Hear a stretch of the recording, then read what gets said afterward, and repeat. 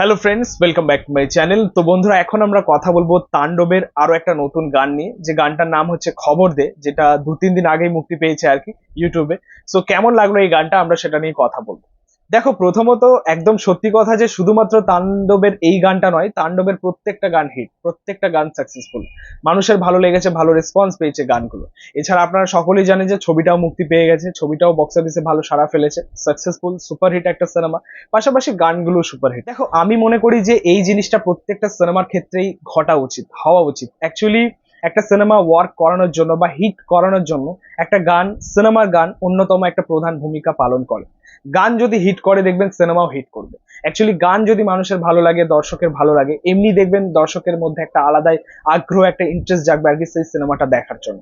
এটা প্রত্যেকটা সিনেমার ক্ষেত্রে, আমরা অধিকাংশ সিনেমার ক্ষেত্রে এটা দেখি। আমরা খাদানের সময়ও দেখেছিলাম, খাদানের গানগুলো হিট করেছিল, যার জন্য সিনেমাটাও এত ভালো রেসপন্স ফেলেছে বা এত ভালো সাকসেসফুল একটা সিনেমা হয়েছে। ঠিক একই জিনিস কিন্তু তাণ্ডবের ক্ষেত্রেও ঘটেছে।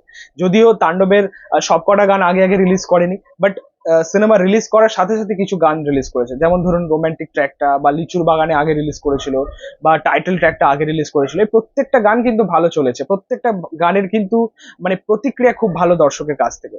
এছাড়া যদি লিচুর বাগানে আমি স্পেসিফিক ওই গানটা নিয়ে কথা বলি, দেখো ওই গানটা যখন প্রথম শুনি, আমার কিন্তু খুব একটা মানে খুব একটা ক্যাচি লাগছিল না। অবশ্যই ভালো লাগছিল শুনতে, কিন্তু খুব একটা ক্যাচি লাগছিল না যে এই গানটা যে খুব বড় হিট হবে বা কিছু, এমন কিছু মনে হচ্ছিল না।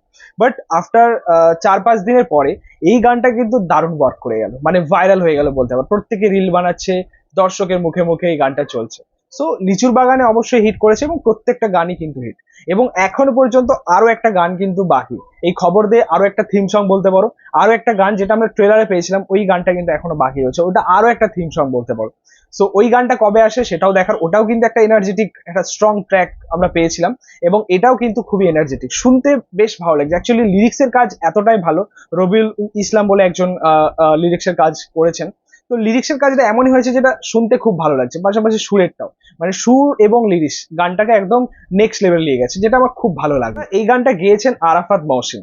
এই গানটা অবশ্যই তিনি খুব ভালো গেয়েছেন। পাশাপাশি আরেকটা কথা বলে রাখি যে এই সিনেমার ব্যাকগ্রাউন্ড স্কোরের কাজও কিন্তু তিনি করেছেন, তার সাথে সাথে আরো কয়েকজন রয়েছে, বাট ব্যাকগ্রাউন্ড স্কোরের জায়গায় কিন্তু তার নামও রয়েছে, মানে আরাফাত মহসিন। মানে এত সুন্দর ব্যাকগ্রাউন্ড স্কোর তার, মানে আমি যদি মিখাইলের ব্যাকগ্রাউন্ড স্কোরটা নিয়ে কথা বলি বা আমরা মাসুদের ব্যাকগ্রাউন্ড স্কোরটা নিয়ে কথা বলি, এই দুটোই খুবই ক্যাচি। মানে এর আগে এমন ব্যাকগ্রাউন্ড স্কোরের কাজ দেখিনি বাংলাদেশে। অ্যাকচুয়ালি বাংলাদেশ কেন, আমাদের এখানেও মানে এরকম ব্যাকগ্রাউন্ড, এরকম স্ট্রং ব্যাকগ্রাউন্ড স্কোরের কাজ আমি দেখিনি। আমরা বেশিরভাগ সাউথে এরকম ব্যাকগ্রাউন্ড স্কোরের, মানে এরকম এক্সপেরিমেন্টাল ব্যাকগ্রাউন্ড স্কোরের কাজ দেখতে পাই, যেটা অনিরুদ্ধ বেশিরভাগ করে থাকে আর কি সাউথে। তো ঠিক সেরকম একটা ব্যাকগ্রাউন্ড স্কোরের কাজ সে করেছে, মানে যেগুলো আমরা দেখেছি আর কি। অ্যাকচুয়ালি ইউটিউবে আপনারা, ফেসবুকেও দেখতে পারেন আর কি, মিখাইল এবং মাসুদের ব্যাকগ্রাউন্ড স্কোরটা যেটা ছাড়া হয়েছে, যেটা দারুণ লেগেছে ভাই, সিরিয়াসলি। তো পাশাপাশি আমি এই গানটা নিয়ে কথা বলবো, আরাফাত মহসিন খুব ভালো গেয়েছে। এটাও বোঝা যাচ্ছে কিন্তু যে এই গানের মধ্যে দিয়ে কিন্তু মিখাইল বা আমাদের সাকিব খানের এন্ট্রি হচ্ছে, যেখানে আমরা দেখতে পাচ্ছি যে এই গানের ভিডিওতেই সাকিব খান তখনও মাস্ক পরা, এবং তার যে গ্যাং এর যে মেম্বার গুলো, তারা আস্তে আস্তে জয়েন করছে তার গ্যাং, যেখান থেকে শুরু হবে তার হাইজ্যাক করা বা হস্টেজ বানানো, যে এরকম গল্পটা ঠিক এইভাবে এগোবে আর কি। এর মধ্যে দিয়ে কিন্তু, বা এই গানের মধ্যে দিয়ে কিন্তু সূচনাটা হচ্ছে। তো বোঝা যাচ্ছে সেটা ভিডিওর মধ্যে। তো বেশ ভালো লাগলো কিন্তু।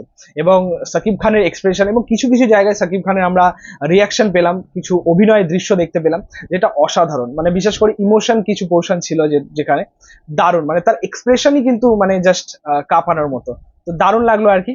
তো ওভারঅল এই গানটা আমার খুব ভালো লেগেছে। তোমাদের কেমন লেগেছে সেটা কিন্তু অবশ্যই কমেন্টে জানো। ভিডিওটা ভালো লাগলে অবশ্যই লাইক কমেন্ট শেয়ার করে দিও, পাশে থেকে সাপোর্ট করো, চ্যানেলটাকে অবশ্যই সাবস্ক্রাইব করেছো, পাশে থাকা বেল প্রেস করে দিও পরবর্তী ভিডিও আপলোড। Thank you.